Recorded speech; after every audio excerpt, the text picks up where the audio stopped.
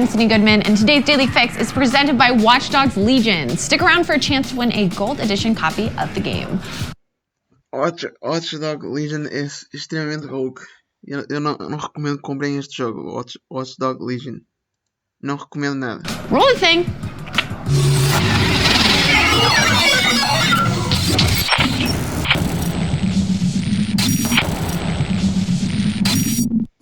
After the E3, Nintendo Direct revealed Wild Hunting is indeed coming to Switch. Fans were deeply curious about how it would run on a console designed for mobility.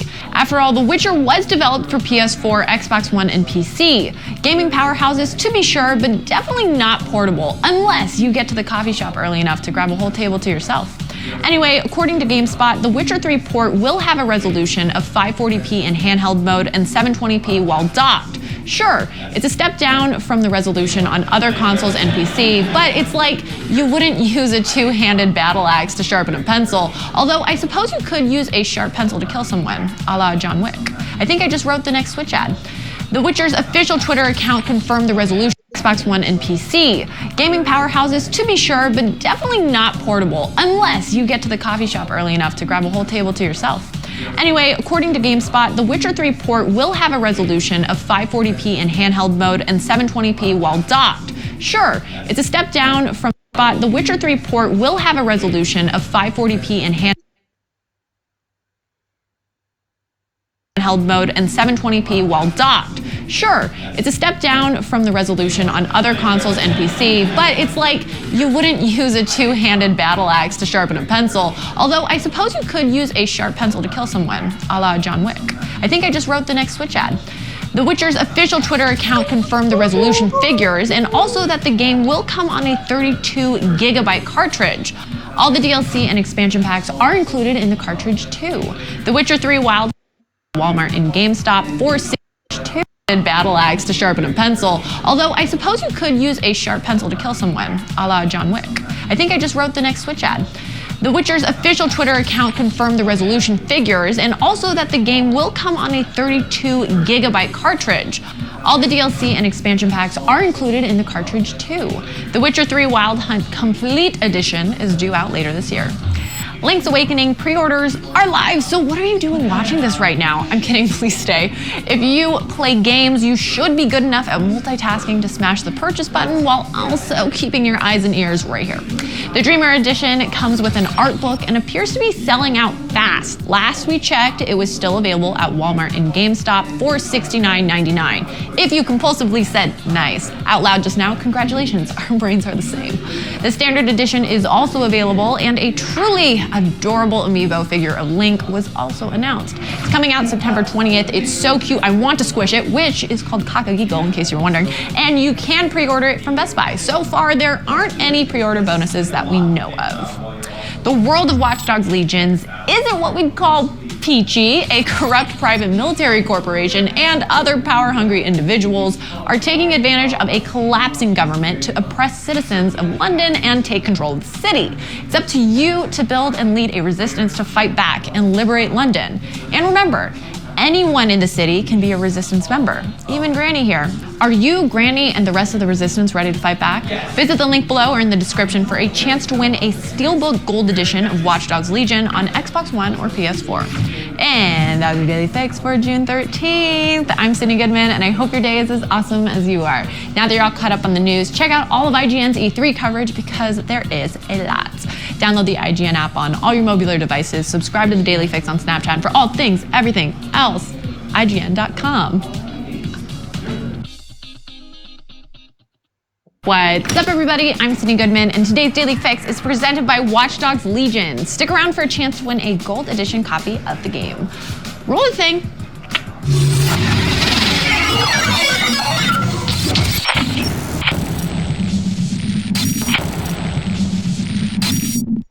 After the E3, Nintendo Direct revealed Wild Hunting is indeed coming to Switch. Fans were deeply curious about how it would run on a console designed for mobility. After all, The Witcher was developed for PS4, Xbox One, and PC. Gaming powerhouses, to be sure, but definitely not portable, unless you get to the coffee shop early enough to grab a whole table to yourself. Anyway, according to GameSpot, The Witcher 3 port will have a resolution of 540p in handheld mode and 720p while docked. Sure, it's a step down from the resolution on other consoles and PC, but it's like you wouldn't use a two-handed battle axe to sharpen a pencil, although I suppose you could use a sharp pencil to kill someone, a la John Wick. I think I just wrote the next Switch ad. The Witcher's official Twitter account confirmed the resolution figures and also that the game will come on a 32GB cartridge. All the DLC and expansion packs are included in the cartridge too. The Witcher 3 Wild Hunt Complete Edition is due out later this year. Link's Awakening pre-orders are live, so what are you doing watching this right now? I'm kidding, please stay. If you play games, you should be good enough at multitasking to smash the purchase button while also keeping your eyes and ears right here. The Dreamer Edition comes with an art book and appears to be selling out fast. Last we checked, it was still available at Walmart and GameStop for $69.99. If you compulsively said nice out loud just now, congratulations, our brains are the same. The Standard Edition is also available, and a truly adorable amiibo figure of Link was also announced. It's coming out September 20th. It's so cute, I want to squish it, which is called Kakagiko, in case you were wondering, and you can pre-order it from Best Buy. So far, there aren't any pre-order bonuses that we know of. The world of Watch Dogs Legions isn't what we'd call peachy. A corrupt private military corporation and other power-hungry individuals are taking advantage of a collapsing government to oppress citizens. Back, mobile devices, subscribe to the Hey there, this is for the Notification Squad. We have a live stream at 8. It's going to be a bar. What's going on, everyone? Jeremy here from The Quartering, and I've been following a story about the new Call of Duty game that has been... the first time I made a video, I believe it was on Cuphead, famous Hey guys, Cuphead so I journalist did Dean stream the Takahashi, Nintendo event talking over about how on certain Twitch. scenes that we should have some sort of conversation around whether certain scenes should or shouldn't be allowed in Dark the Crystal game, Age. or should be Interesting. removed, I should say. That's in my opinion, a form of soft censorship, but you know, that's neither here nor there. The internet continues. I'm sorry, the game's urinalists continue to pressure the folks making the new Call of Duty game with it's being too real. It's too real. Ugh. For a game that is, of course, rated M, and it's intended for older audiences. I often see the same argument by these urinalists alluding to the fact that, but think of the kids, irresponsible parents give their kids this game. Look, if your parents are buying this game for you, fine, that's their decision. Some younger people can handle it because, you know, most of us know the difference between reality and video games. But I think that is I'm not sure what the definition is. It's not a straw man argument. It's just disingenuous. I think it's their own opinion that they don't like how real the game is, and they're just using Z Kids as a shield. The other day, somebody sent me a few articles about the makers at Infinity Ward maybe alluding to censoring the game, but then I've collected recent comments from the team who that have denied that. If you remember in my first video about this topic, I said, and I stand by that should they bend the knee to outlets like Kotaku or Polygon or, you know, these Dean Takahashi complaining that the game is too real, then I will not purchase the game. I just won't. And that many people like myself will not purchase the game. Now, I understand that removing a small cutscene that may be a little edgy or something like that probably won't affect gameplay, but in a world where most of us have gigantic back catalogs of games, I just don't have a lot ventured here. Nothing ventured, nothing lost. Okay, it's another Call of Duty game that I can just wait. I can just play one of my many games that are not completed yet. We see this article that dropped on June 13th today. Modern Warfare director responds to claims about censoring the campaign. Now, on June 11th, Kotaku reported that according to a developer at a private E3 showcase, Modern Warfare, a line which was deemed too, quote, discomforting, would be removed from the final product. The particular line is delivered by a Russian soldier who apparently considers handing over a young girl he has captured to his commanding officer because, quote, he likes the young ones. Kotaku were apparently told that this line would be cut from the game, as it already takes place in a harrowing scene without the implication of his boss enjoying this young female. Now, is this scene rough? Yeah. Is the scenario in which this game is happening or being depicted far more rough? Yes.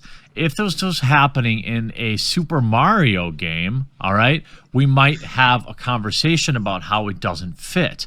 But this game is literally happening in a Call of Duty game where the entire purpose of it is depicting that type of scenario. And look, if you think that these battles were PC, you've got another thing coming. If you don't think that this kind of thing happens, you've got another thing coming.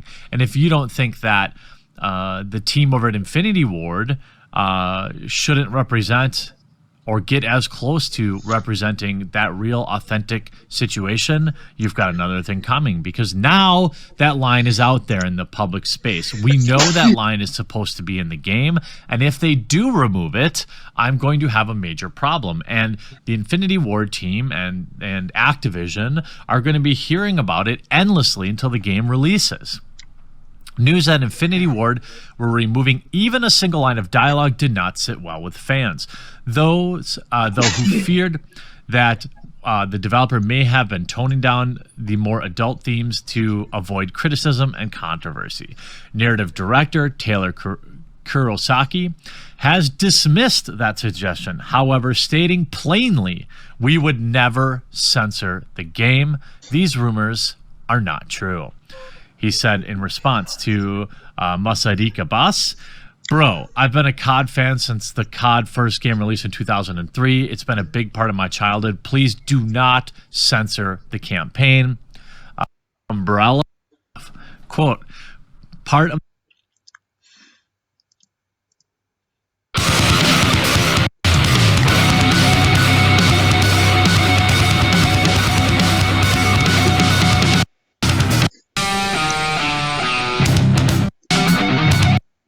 I don't want to have to talk about George Orwell's novel 1984 all the time, but when it happens to be the way that my country is going, I feel that I don't really have much of a choice. In 1984, the 2 Minutes Hate was a daily public period where members of the outer party, so not the top brass who are controlling things, but those who are orbiting around in the middle, used to attack those who are outside of the party, the enemies of the party. Anyone who could be a threat to the current status quo is anathematized, and those on the inside are told to just hate them. The horrible thing about the 2 Minutes Hate was not that one was obliged to act a part, but that it was impossible to avoid joining in. Within 30 seconds, any Carl Benjamin might have committed a crime when he stated he might rape Labour MP Jess Phillips.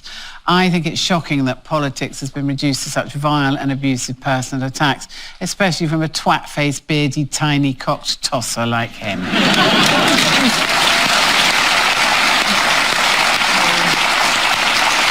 It's not that one was obliged to act the part, it's that one could not help but join in. But that's not where that ended. Next, Joe Brand went on Radio 4 and said this. Say, Joe, we are absolutely united in feeling we are living through a terrible time.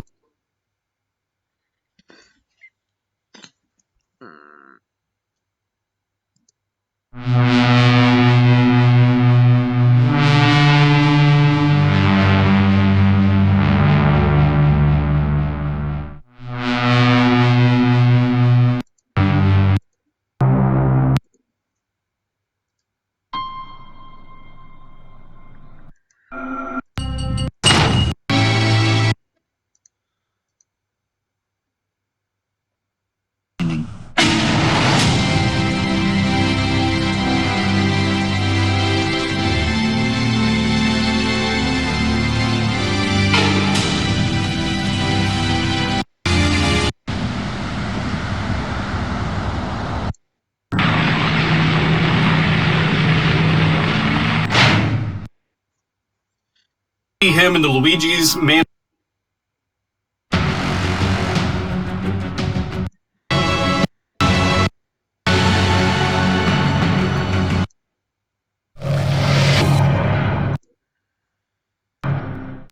Digital Foundry is proudly sponsored by the Logitech G935 headset.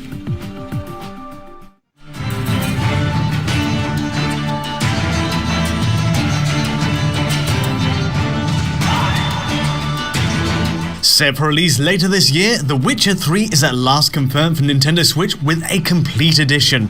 It's handled by developer Saber Interactive, known for its work on the Halo Master Chief Collection, which leaves CD Projekt Red to focus on Cyberpunk, of course. Already though, there's a lot of buzz over how this will actually run, as one of the most daring Switch conversions to date. CDPR has been pretty upfront about what we can expect as well. On Twitter, the studio says we'll get a dynamic 720p from the game while docked and 540p while handheld. It does contain all 16 free DLCs and 2 expansions, making it one of the largest games, confirmed to be around 32GB, to land on the hybrid machine. What's the score then? Now, this is purely based on the trailer and early assets, and so there is a limit to what we can actually see from the game. We have around 30 seconds of in-engine gameplay to work with for a comparison, and a few high-quality PNGs as well. Still, that's just about enough to get a sense of where it's headed. Okay, there's clearly a need for a lot of smart adjustments. Surprisingly, the footage here is running higher than I'd expected, and I can confirm CDPR's claim here. It does use a dynamic system to adjust for rendering load on screen, and testing the footage available, it shows a native 1280x720 at maximum, while other shots count in at around 896x504 lowest. The range may change in the final game, and we'll be back with more testing, but from a quick look here, most shots are actually coming in at 720p. Given this is almost certainly docked play, it's no comparison to the native 1080p on PS4. Still, an impressive feat in itself given the complexity of the game and Switch's lower power spec. The only snag is that anti-aliasing quality is evidently low, which makes that stair-stepping stick out all the more. Playing handheld will certainly be the better way to evaluate the Switch's strengths, especially if it does indeed sit at 960x540, where such a res will be harder to catch on the smaller screen. As for settings, this is where changes are more obvious. Switch's 1GHz clock CPU has to deal with the game's asset streaming, physics, and AI, and so it could be a challenge holding a stable 30fps on what's essentially mobile technology. Based on the footage so far, foliage and character draw distances do take a hit on Switch as a result, and so the environment is less populated at range compared to PS4. Check out this high-quality PNG shot, captured on Switch of the lush Toussaint area. Compared to PS4, grass transparencies are both lower quality and lower in density, no doubt a huge help for Switch's lower RAM bandwidth, and in aiming for 720p. This is the reality of adapting for Switch's Tegra X1 chipset. Overall world detail is closer to PC's lower settings. Likewise, texture quality on those hanging corpses is significantly pruned back, adapting for the lesser 3.5GB of RAM reported to be available to Switch, far less than the available 5GB on PS4. You'll also see texture mapping on the ground takes a hit in general for this wide shot of the Velen area. Potentially, we're also seeing anisotropic filtering running at a lower setting too, but that's par for course with so many Switch titles. Again, these texture changes will be easy to overlook by playing on the smaller screen. It'll also help hugely in keeping asset sizes in check too, and avoiding an excessive install size. Last but not least, shadow resolution and the taxing SSAO setting are on the receiving end of a cut as well. In short, it ends up giving this Switch footage a lighter appearance overall. In fact, it looks like ambient occlusion. The shade between objects is either cut out completely or running in a limited capacity, which does make sense. You'll mainly catch the difference under plants, and it does create a visible difference, but given the power on tap, it is a reasonable change.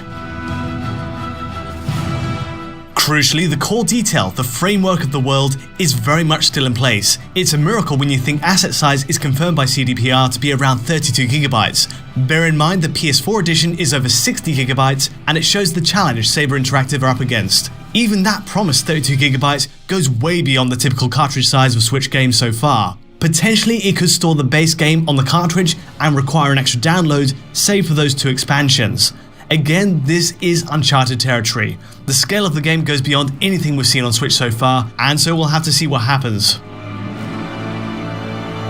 What of the cutscenes? Well, The Witcher 3 makes sparing use of pre-rendered cutscenes, many of which will likely get a drop in quality on Switch. It's a fair trade-off, given that 720p is the target res, and it'll help in squeezing the install size down. What I don't want to see is audio quality to take a hit as well. We've seen low-grade sound in other Switch ports, Dark Souls and Assassin's Creed 3 most recently, where in both cases the low bitrate audio often sticks out like a sore thumb. The storytelling is a huge part of The Witcher 3, and having decent quality audio for both music and voice is at the heart of that. Every chop and change here is necessary for holding decent performance. Now, this footage is limited in length and encoded at 30 FPS too. What we can assume is Switch will target 30 FPS much like PS4 and Xbox One. Nothing we see here drops below 30, and it's got VSync engaged, but this is hardly the most taxing bit of the game, and nor is it really a lengthy sample. A look at a more richly detailed spot like the White Orchard will say a lot about how the cutbacks in foliage detail are helping to hold 30.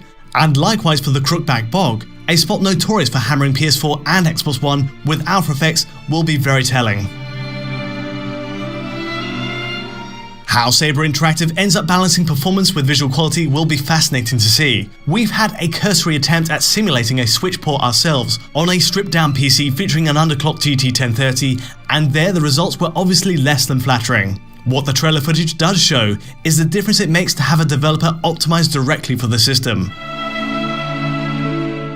We'll see how the final game appears. These are logical changes, and it shows just what a technical exercise The Witcher 3 will be for Switch. Compared to the likes of Doom or the Wolfenstein ports on Switch, both GPU-heavy games with a more linear focus, this is broaching new territory. The game ranks up there as one of the most richly detailed games out there. All eyes on the final release promised this year, and I can't wait to see how it turns out.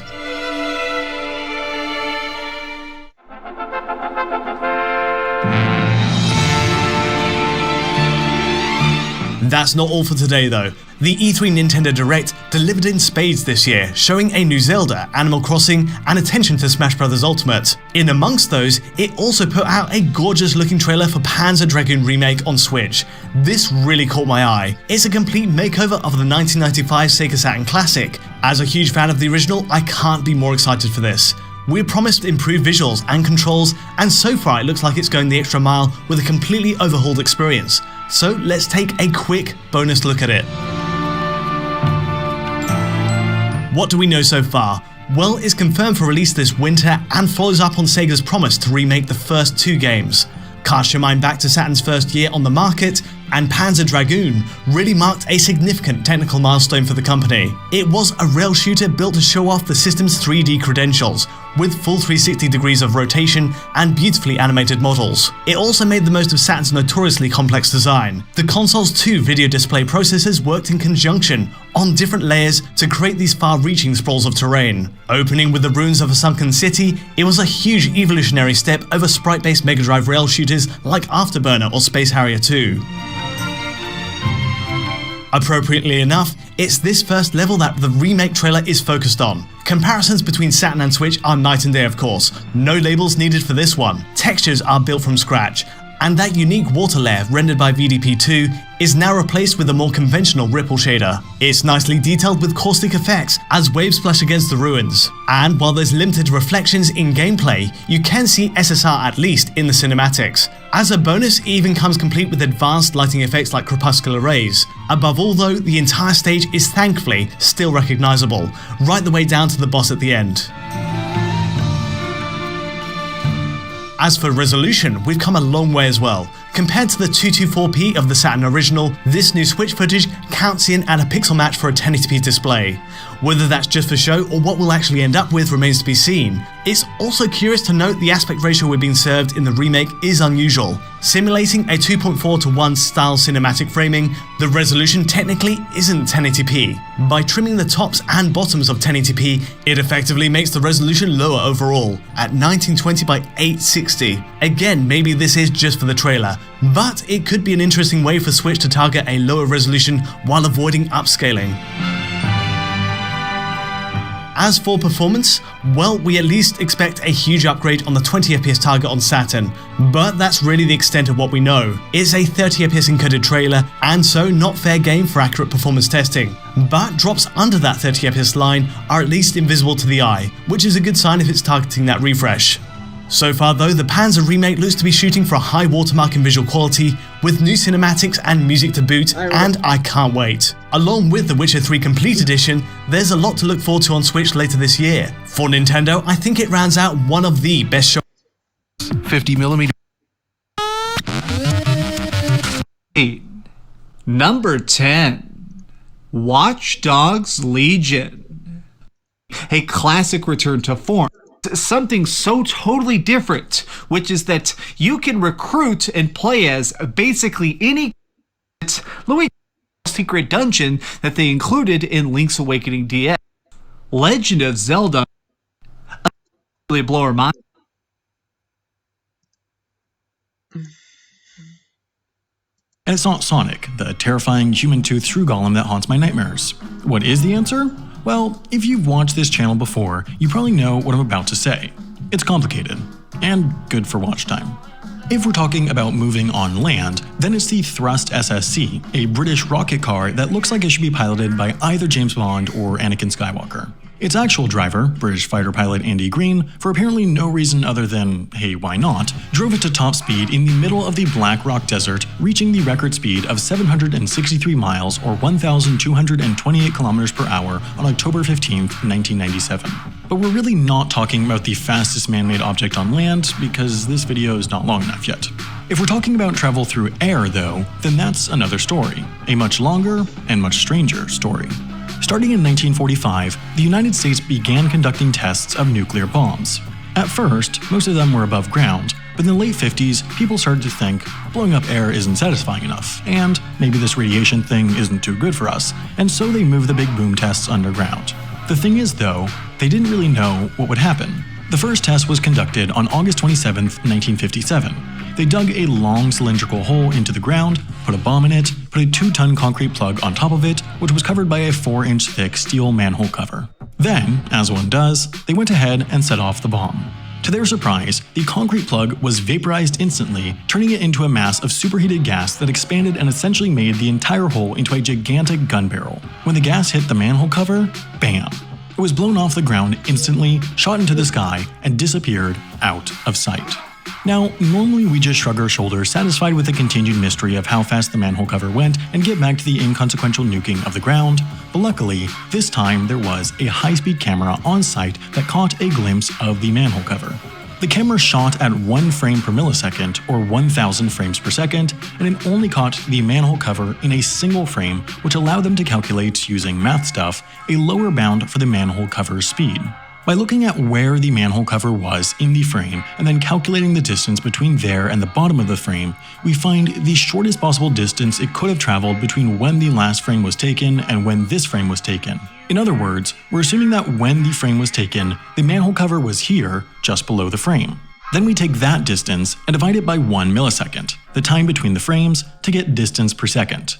So we're basically saying, if the manhole cover was here, and then 1 millisecond later it was here, how fast did it travel? Now, we can't do the actual calculation ourselves because the government has never released the video and for some reason refuses to declassify it for what is one of the internet's most regarded YouTube channels, but we do know that the scientist conducting the experiment, Dr. Brownlee, took that information from the high-speed camera, combined it with calculations of the blast force from the bomb, did math things, and reported that the manhole cover had been moving at 6 times the Earth's escape velocity, which would put it at about 125,000 miles or 200,000 kilometers per hour or 34 miles or 54 kilometers per second. So like, fast. There is disagreement as to whether or not the manhole cover made it into space. Some say that it would have burned up on its way out of the atmosphere, while others say that it may have been moving so fast that it wouldn't have had time to burn up. Either way, just like my ability to write decent jokes, the manhole cover has never been found. If it did really make it into space, it would have been the first object ever launched into space. The experiment happened on August 27, 1957, just over a month before Sputnik's launch on October 4, 1957. Take that, commies. As of today, it seems that no other object has managed to come even close to the manhole cover speed while still in the Earth's atmosphere. If we count space travel though, then the manhole cover has met its match. Although the manhole cover would have been moving over 4 times faster than the fastest manned space vehicle, its record for fastest man-made object was surpassed in the 1970s by NASA's Helios probe, and then again in 2016 by the Juno probe. The Helios 2 probe became the fastest ever man-made object in space in 1976. The probe, designed to study the Sun, was in an elliptical orbit around the Sun. Because it followed the conservation of angular momentum, its speed increased as it got closer to the Sun, and it eventually topped out at 157,000 miles per hour. Then, just recently, in 2016, the Juno space probe broke that record when it was sucked in by Jupiter's gravitational pull, reaching 165,000 miles per hour. It was actually moving so fast that it had to hit the brakes so that it could enter Jupiter's orbit instead of flying right past it, but it's also important to note that both of those probes only reached those speeds by using the gravity of the Sun or another planet, which kind of feels like cheating.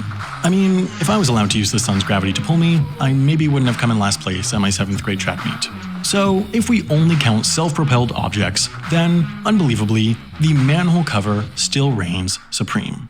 What should really be the fastest object presenting your ideas effectively in public.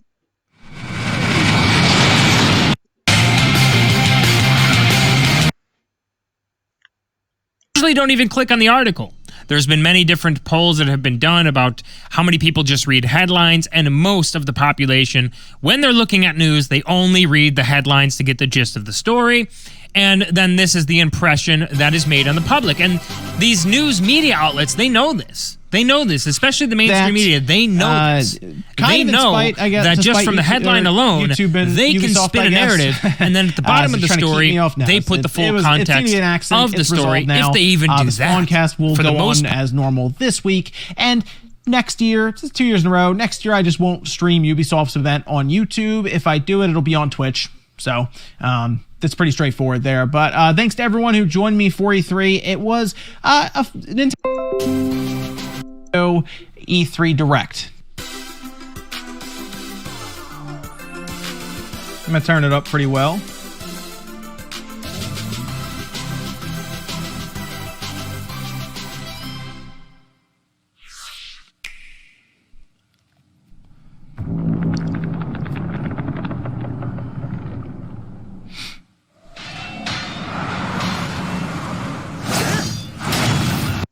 They put the luminary in. What is going on? Hi again, welcome back. My name is Teresa. Kate to potentially find keys and other things here, so that's important. Yeah, we're competing against time. Every floor is nice work. We're looking for a key in here. Haven't you? Here we go. Okay. Finders keepers. We got.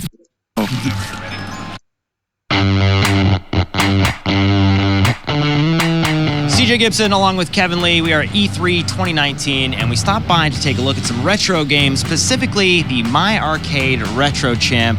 Kevin, this thing's pretty cool. I noticed you got Strider in it, NES game. What do you think?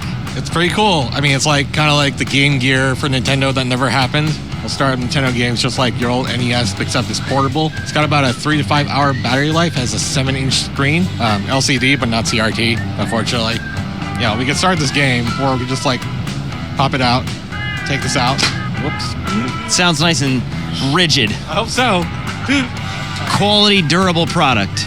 So now we're gonna throw this Famicom game, which according to Google Lens translates to aluminum kung fu. Now we're gonna get a Japanese Famicom experience that we never had in the US. So that's pretty cool. What do you seem to like better? What do you have a passion for? Do you like the old school NES games, or are you into that 16-bit era? Definitely more into old school retro gaming. As close to original as you can get, you know, with the original ROMs and original cartridges, things like that. All right, so the console itself, pretty cool, but if you want the old school handheld controller feeling, they got a gamepad here. Talk to us a little bit about this. Yeah, this is a Super Gamepad. It's basically a Super NES pad, just miniaturized and, you know, extra pair of triggers. It connects wirelessly here, and then you can also put this thing on kickstand mode. Alternatively, you could even plug in an HDMI cable. There's one on the back. So you plug that into any TV that you want and play it, you know, just like a regular NES. Nice, yeah, it does both. Yeah. That's pretty cool. So some of the other things that we got over here as well. Old school Contra, as well as Super C, I believe, in one of these that's here. Yeah, so those are pretty popular. Why don't you talk to us a little bit about those? Connect them through a link cable, so it's got to be handheld to handheld or arcade to arcade, but still you get to play two-player, just like the old game. The way it was meant to be played. Yes, exactly. through a link cable. So it's got to be handheld to handheld or arcade to arcade. But still, you get two-player, just like the old game.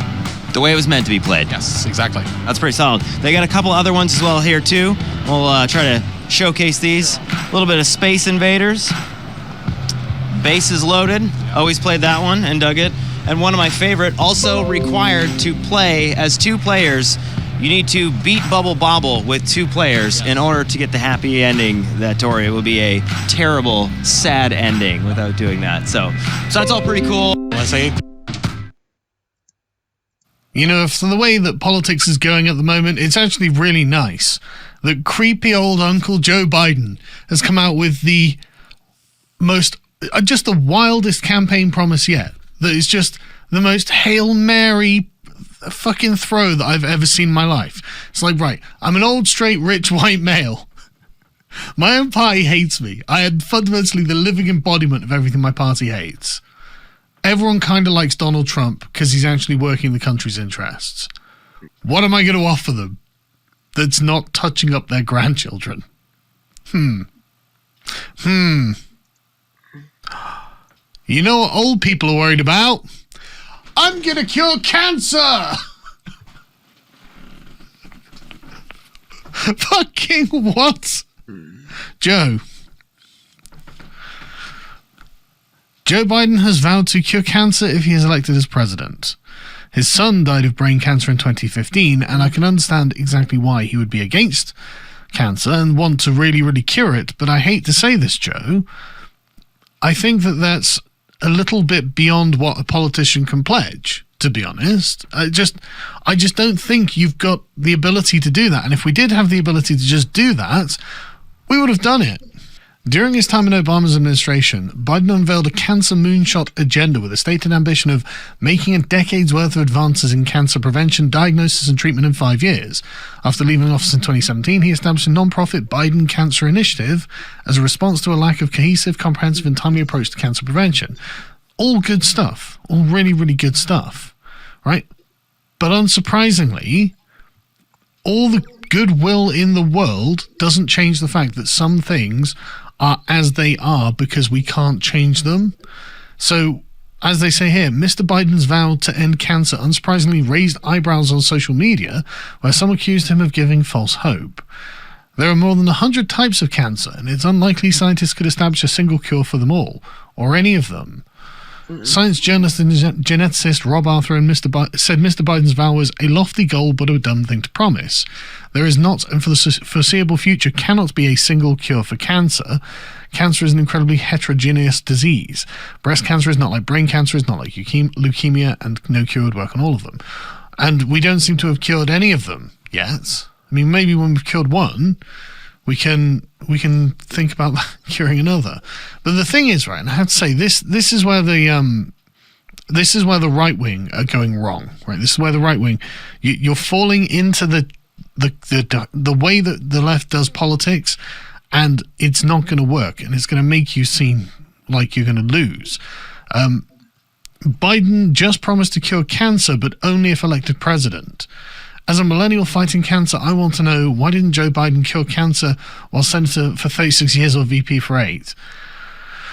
Oh, God, no, that's so awful. Look, that's not what Joe Biden's saying. He's saying he's going to try and cure cancer, right? It is a ridiculous thing to try. Well, he's vowing he'll do it. But the reason that he didn't do it before is because he didn't have the resources that the president would have to make that happen, at least funnel resources into cancer research to an extreme degree that hopefully they find a cure. I mean, I'm not even against the idea. It's just calm down, you know. Like, again, there is a lot of false hope, isn't there? I don't think that helps. I think that makes people unnecessarily negative towards a certain thing like nuclear power. You know, oh, it wasn't the universal panacea we were looking for, therefore it's terrible.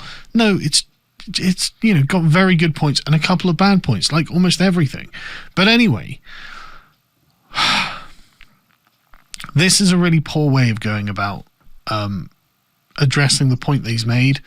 only if elected president. I'm sure he set up the Biden Foundation in 2017 or whatever. His son died of it in 2015. I'm sure he's got a serious conviction about ending cancer. It's likely that he'll only be able to do it if he is elected the president. And even then, it won't be him. It'll just be him putting resources from one place into another place. But yeah, so just... This is, and I hate to say this, as someone who is obviously suffering from cancer. I mean, I have had family members and friends who have died of cancer, so I'm not at all unsympathetic to the idea of curing it. But, like, it's just really bad optics. It makes you guys look bad. It's not that he'll only do it if he's elected president, like he's holding the country hostage with cancer for the privilege of having the presidency. That's not what he's doing. And so trying to make it sound like it is just partisanship. And I think it's to the detriment of Republicans when some people do that kind of thing. It's just a further degradation of the political dialogue, and that is something we actually have to try and preserve at this point. And so essentially what I'm saying is try taking a charitable approach. Now, I know that it's really, really tempting. So you know what? They're evil, because in many ways they are. But the reason that the Republicans aren't evil is because you can get them to take a charitable approach. There are still, the majority of people on the right are still actually decent and level-headed people, whereas a lot of the majority of people on the left, I'm not sure I can say that about. The left seems to have gone pretty barking at this point, and they really think that they're on some sort of divine mission. And I don't want to see the right become like that, because honestly, if you guys on the right become like that, where are the centrists going to go? Like, we're just going to be like, right, okay, everyone's awful, and we need, what are we going to do? So, yeah. Be charitable to your opponents. I know this is a very long-winded way of saying it, and I don't know why I'm using a cancer patient to do it, because my God, I'm just going to never hear the end of it from this, I'm sure. But Joe Biden's promise is just ridiculous. It's not malevolent, and it's worth remembering the old axiom, sort of. You should attribute things to stupidity rather than malice. Because I don't think most people are malicious. But like I said, I'm not going to be leaving my kids with Joe Biden anytime soon.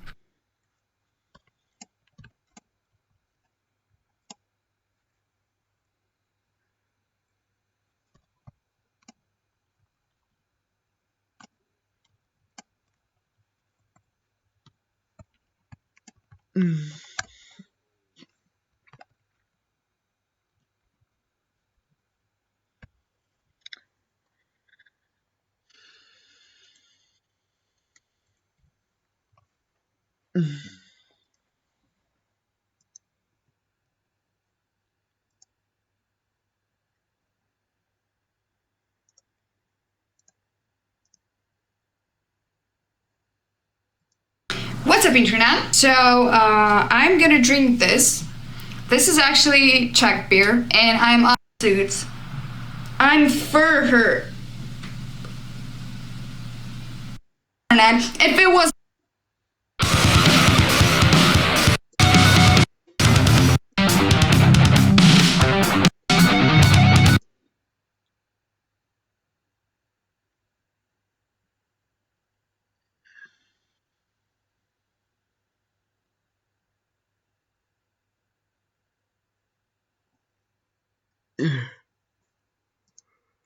I'm gonna take my horse to the old town road, and I'm gonna ride till I can't no more. Gonna take my horse to the old town road, and I'm gonna ride till I can't no more. I want to wish you very happy Pride.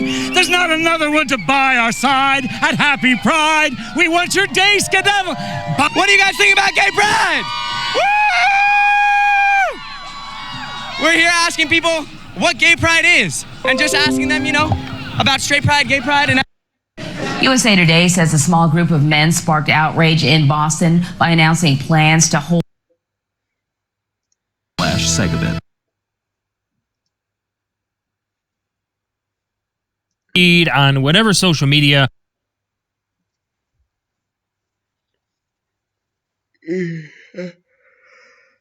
Okay.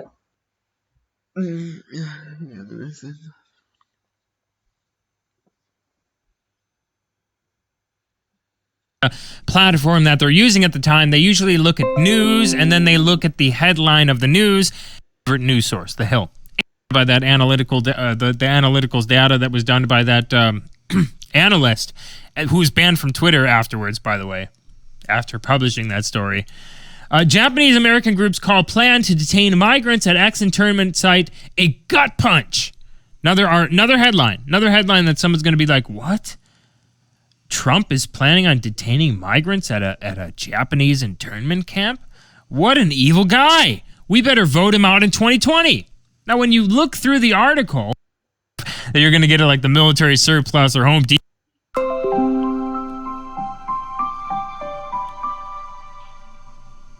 We need to do more to provide border security in southern Mexico. They should be sent back now. Well, they should be sent back as soon as it can be determined who responsible adults and their families.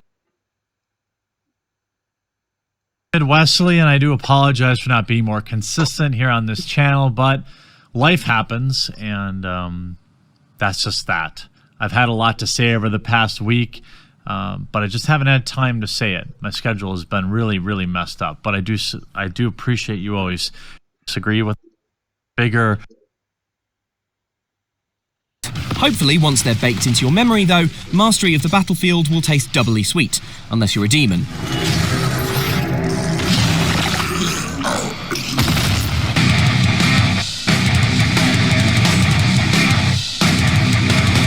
What could be more intensely metal than firing a grappling hook into your enemies to pull them closer to you? Here's what, a grappling hook that pulls you closer to them. Ah, get some! That fearless thrill is exactly what's delivered by the new add-on for the super shotgun in Doom Eternal. Known as the meat hook, because I guess the word grappling wasn't considered visceral enough, it lets you drag yourself into enemies by tapping the left trigger when you're in range. The meat hook was first shown off several months ago, but having finally had the opportunity to play around with it for ourselves, it feels like a really neat addition to the game, albeit one that is limited in several ways. Firstly, it only connects with enemies, so you can't use it to grapple up to walls or zip endlessly around the field of battle. Also, you've only got the option to use it while toting the super shotgun, one of several weapons in Doomguy's arsenal. That said, there's something extra tasty about the fact that whenever you're being winched headlong into a bloodthirsty denizen of hell, you'll always be flying shotgun first.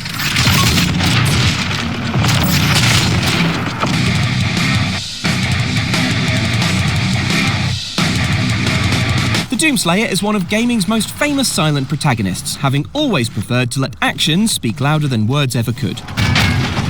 Actions like, for instance, loading himself into a cannon and firing himself across the gulf of space and through a wall.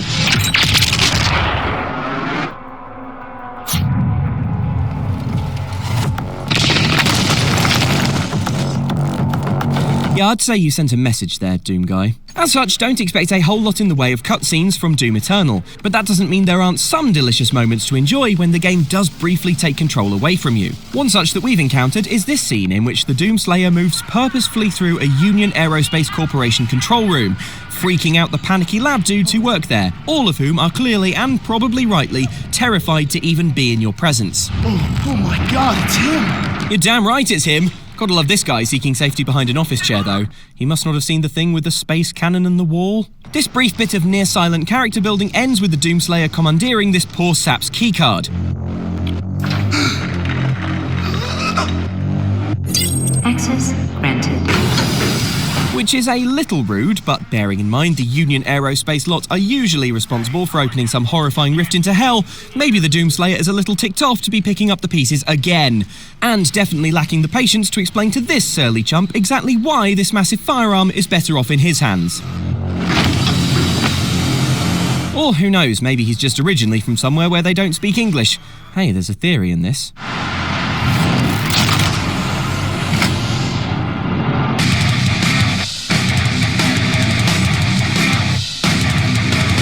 The last Doom game, released in 2016, was a challenging ordeal, as you'd expect from a game that asked you to single-handedly rip and tear your way through waves and waves and waves of hell monsters. Based on our time with the game, don't expect an easy time of it in Doom Eternal either. You won't get a sense of it from the gameplay you're seeing now, because this footage comes direct from the makers of the game, who, as you might expect, are pretty bloody good at Doom. but Eternal is tough. We died plenty while playing, and while we were jumped a fair way into the game for our hands-on session without too much warm-up, we still reckon the game will provide plenty of challenge even when you've played through from the start. Dying never felt unfair though, and usually came as a result of forgetting, in the heat of things, how tantalising hints and as two players control demons taking on a it seems very much like the Slayer's job will be to eviscerate every.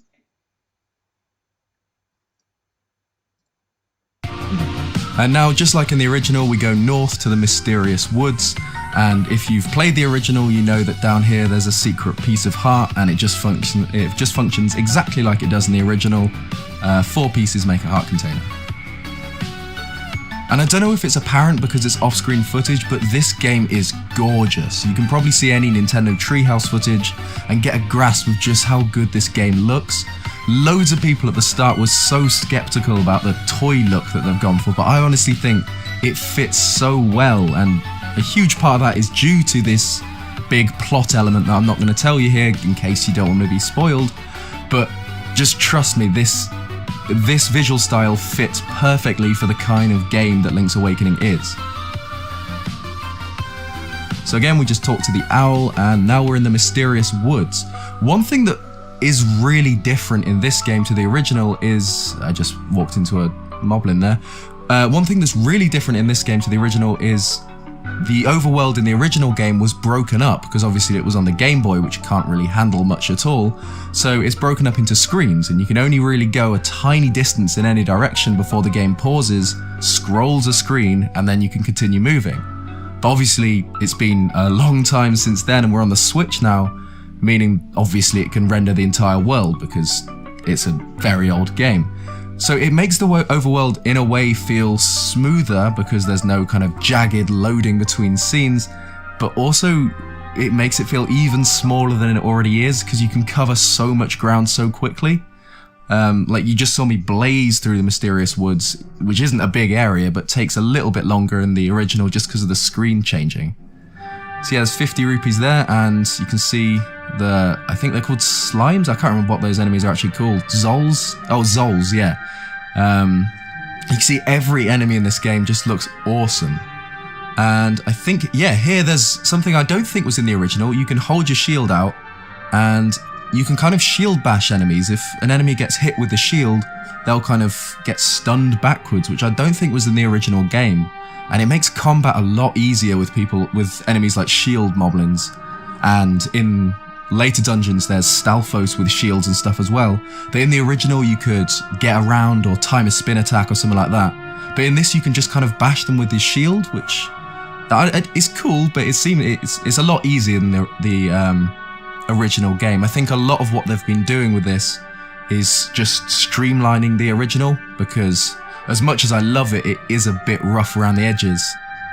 So here we get a Guardian Acorn, which is one of Link's Awakening's 2 unique power-ups that aren't in any other game, to my knowledge. You get a Guardian Acorn, which halves damage taken, and a piece of power, which doubles damage output. And in the original, the only way the game could tell you had one of these active was to play the kind of incessant power-up noise over and over and over again. But in this game, you can see you get kind of a cool visual effect to show that you're powered up. And I wish this was a piece of power, because you could see you just smash through anything when you got one of those active. But a Guardian Acorn's pretty cool as well. And here is a Buzz Blob, which is kind of like a choo-choo, but electric. So if you hit it, Link goes and gets shocked. Although we can get something from this hut, which will... There's actually a little secret that was present in the original, and I'm really glad it's kept in the remake. There are a couple of things like that. So we get the magic powder from the witch, which we created from the mushroom. And you can actually use it to light the brazier there, which is required for, I think, the second dungeon. I think you need to light something with magic powder at the start. But still, it does a strange things, basically, like this. So this Buzz Blob, if we put magic powder on, becomes this thing, which is called a Cukeman, and he can talk to you now, and he has googly eyes. I don't know why, but I'm glad they kept that in. Part of what makes Link's Awakening so good is how weird it is, and this game is still pretty weird on the Switch. Do I kill this guy? Oh, I do. Yeah, again with this shield bash thing. I do like it. It's cool, but it does make taking on enemies like this really easy. Because another huge change that I've completely forgot to mention is... Oh, there's a piece of power. They see you just destroy anything. It's great. And you send them flying back. I love they kept that in. I love that they kept that in. But another huge change is that you no longer have to map your sword and shield to your face buttons. Because obviously Link's Awakening, being a Game Boy game, only had 2 face buttons. So you constantly had to switch out between like your sword and Rock's Feather, or your shield and the power bracelet and stuff like that, which got really tiresome because if you wanted to use an item, you couldn't have either one of your sword and shield out. But now you can use your sword and shield and 2 face items, which is just so much easier. Few announcements. They've showed gameplay for different games. Astral Chain, by the way, looks awesome. But then they talked a bit about Pokemon, and something they said actually really made the Pokemon community mad who was behind the game, to the point now where I'm not even kidding, they're calling for the game's delay. Yeah, we're going to talk about what's happening right now in the Pokemon community around that. Also, Atari put out their pricing at GameStop because they are going to be selling GameStop, and you're going to want to see this one. As always, guys, if you enjoy these videos, make sure you hit the like button. It really helps out. And get subscribed as we go forward with E3 gaming news every weekday morning, 8 a.m. Eastern time right here. We're actually going to start today with Bayonetta 3. Now, you may have realized by now, there wasn't a Bayonetta 3 at E3. And that actually had some people a bit concerned about the game. Every time I think there's a big event and we don't see Bayonetta 3, we're generally concerned about it, right? That's the thing. But it looks like everything is at least going well, according to Platinum Games. They actually sat down with an interview where they talked about the game, saying just because you don't see it doesn't mean things aren't going well in development. And here's the reason, the biggest reason that they're not showing Bayonetta 3 yet is because they want to sell Astral Chain. I mentioned it earlier with the gameplay looking good. It does look good. It looks like a game that should sell, but the moment they really start talking about Bayonetta 3, they're probably concerned that that could overshadow Astral Chain. I think that's fair. I think that's a good idea to step back and say, hey, guys, keep it on Astral Chain. It's coming out in August. I think as soon as Astral Chain comes out, the next big event, the next direct or whatever, whether it's in like the fall or holiday or something, we'll probably see Bayonetta right away. I really think we're to that point. So that's the biggest thing. Just because we don't see it, like they say, doesn't mean that the development's not going well. It just means they want to sell their new IP, right? This new IP that's being created and out there in collaboration with Nintendo and everything, not necessarily sell the third entry in a series that's already fairly popular. Also, Final Fantasy VIII is out later this year. It's insane that it's coming out, by the way, because we all thought the source code and everything was lost. Apparently it's not. I still want to find out about the story behind that and how they found it or what they did to make it happen. But it is coming out. It's coming out on like all platforms. Here's the interesting thing though. GameFly has actually listed something on their website for Final Fantasy VIII, which is very weird because the reason they would list something is if there was a physical copy of a game. In fact, GameFly is actually one of the best places to get leaked info from. They always leak everything. So would we get a Final Fantasy VIII on a cartridge or disc? I hope so. I actually want Final Fantasy VII on a cartridge. I think that would be awesome for the Switch, but seeing Final Fantasy VIII come out as a physical release would be amazing. Think about us now looking at it and wanting to buy a physical copy of Final Fantasy VIII in 2019. That is absolutely insane. But I really want that to happen. Also, I would like there to be a manual and everything, like really dress this release up, Square. I mean, it's anniversary and everything. Let make it look really, really cool and put it out there. I mean, I wouldn't fight a collector's edition either. I'm just saying. Also, I'll talk about Kickstarters and indie games from time to time on Newswave, and I'm kind of careful with them. I pick them out here and there, but there's one that I talked about a while ago before they even went into Kickstarter. It was like an idea in a game they put out there. It's called Skatebird. That's right. What you're seeing is a bird on a skateboard. Yeah, I mean, we have to play it, right? That's a thing. But it was on the Kinda Funny Games showcase, which I was actually pretty happy to see it there. And after that, their funding goal, they smashed it. So it appears to be funded completely, about $25,000, $26,000 last time I checked, and it is happening. They are putting it out there. It's currently on PC, so Mac, Linux, Steam, I guess, is what it's going to. All those platforms, although I say Steam, but we saw what happened with something like Shenmue, so I guess a little bit of advice to them. Don't go to the Epic Game Store, even though it looks really good, because you're going to make your backers really mad. But one thing I will say is they're looking at other platforms, and I think we always know this when we talk about these different indie games. Go to the Switch as soon as you can. There's like no skateboarding games out there, and the Switch, of course, supports indie games pretty heavily. And there's actually an alpha you can try out now that will remain up, apparently, until the campaign is over, which is about 27 days from now. So, hey, go pick up the alpha on your PC and try it out. And guys, some of the quick news out of the way, let's get into the bigger stuff. And we're actually going to start with Pokemon Sword and Shield. Now, of course, this has been a pretty hyped up game for a long time now. I mean, we're talking about like over a year ago when we heard about it, when they first announced Pokemon Let's Go, Pikachu and Eevee. This video Remember, they were like, oh, we're working on like a mainline hardcore RPG for holiday 2019. And here we are now, months away from it, right? It's coming out mid-November. Very exciting stuff. It looks like it's going to be really cool on the Switch. But in the Treehouse, they gave us a little bit of information that did not sit well with Pokemon fans. In fact, if you take a look at their subreddit for Pokemon, there's an actual thread that just says Rage Thread Pokemon Home Edition. And you might be wondering why that is. Well, I went ahead and checked in with Austin John Plays about it because I'm not as in tune with the Pokemon community like at all. I played Pokemon Red, Blue, Silver, and then I was out. But I understand it's still very popular and the fandom has grown. So here's what's happening. Now, on the Treehouse, Mitsuda did talk about how they have a lot of Pokemon, right? There's like 800 of them. So putting them all into Pokemon Sword and Shield would be kind of difficult, considering they went back and they reworked some of their animations and balancing issues and everything. So the only Pokemon, it seems, that you can actually import into the game through, remember, the home app that they have, are ones in the Galar region. So that's kind of a problem, considering you might want to go back, you know, to way back when I played Pokemon, I guess, and get Pokemon from like the originals or the up to what I played, what was like 250, I think, or beyond, you know.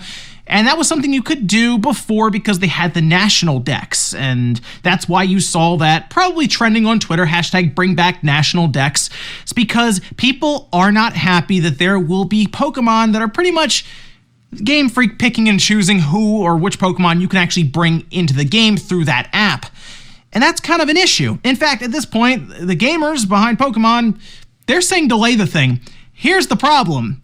They're not going to delay Pokemon because, well, they know how much it's going to sell no matter what. I think that's kind of an issue I've had a bit with Game Freak over the years, is it always feels like they don't try as hard at Pokemon. I know they have to make the game and that's a lot of work, but something about it feels like they got kind of stagnant and they know they're going to sell 15, 20 million copies no matter what they do. And that's, I think, a bit of an issue with Game Freak, the Pokemon company. And now it almost feels like after that announcement, maybe gamers are starting to really see that with these type of announcements. So here's probably what they should do, because I don't think there's a great solution at this time, because they made up their mind for this like probably a year and a half ago in development. They were like, well, we're not going to do all 800 with the animations. So, and they're talking about balancing in Pokemon. I don't know about that,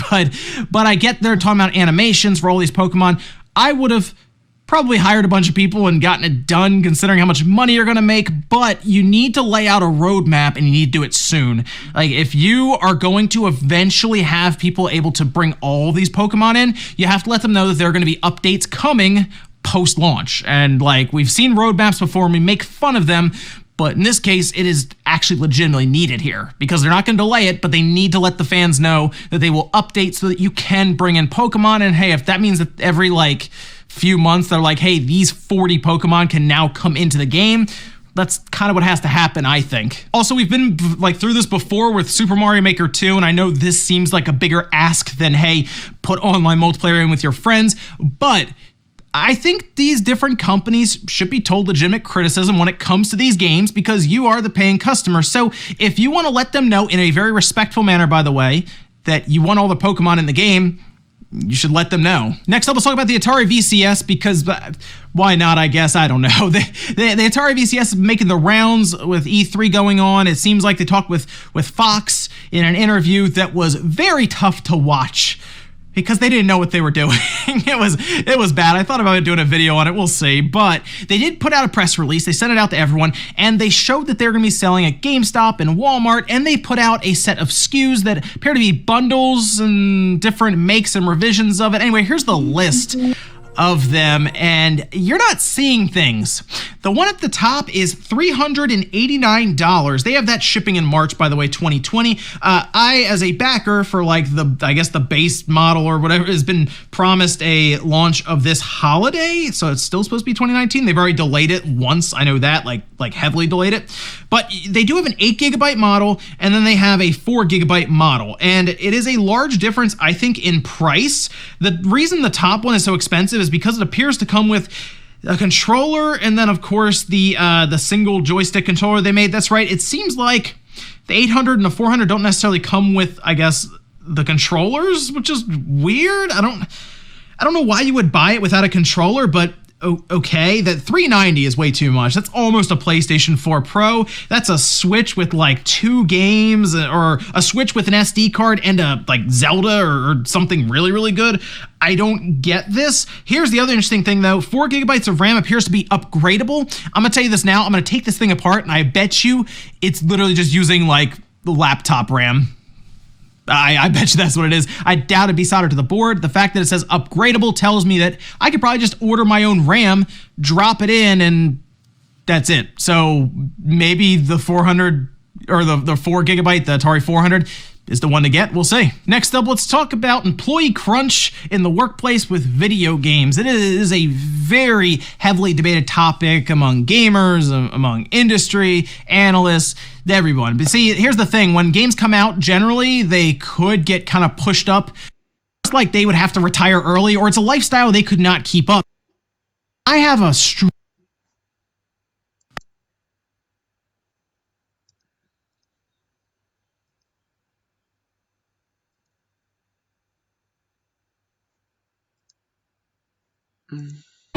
words co-op, shooter, and Wolfenstein together, it's kinda hard to not get intrigued. And again, sadly, I'm all about that B-roll, so you're gonna have to settle for watching someone else's footage. But let's get psyched anyway and see what it's all about, shall we? Veteran, which he pretty much is at this point, and then Anya acts like Sarah Connor from Terminator 2, forcing her daughters to train so intensely that it actually seems to freak them out. The main part of the plot kicks off though when BJ disappears like a fart in a hurricane for reasons unknown. Reinforcements. Though more often than not we ended up going in guns blazing because we got detected pretty quickly. In the second mission we're fighting through the streets of Paris and it was much more combat focused. The goal for this mission was just to reach the catacombs, but along the way we kept Stein games to kill blazing you should be implemented in the final.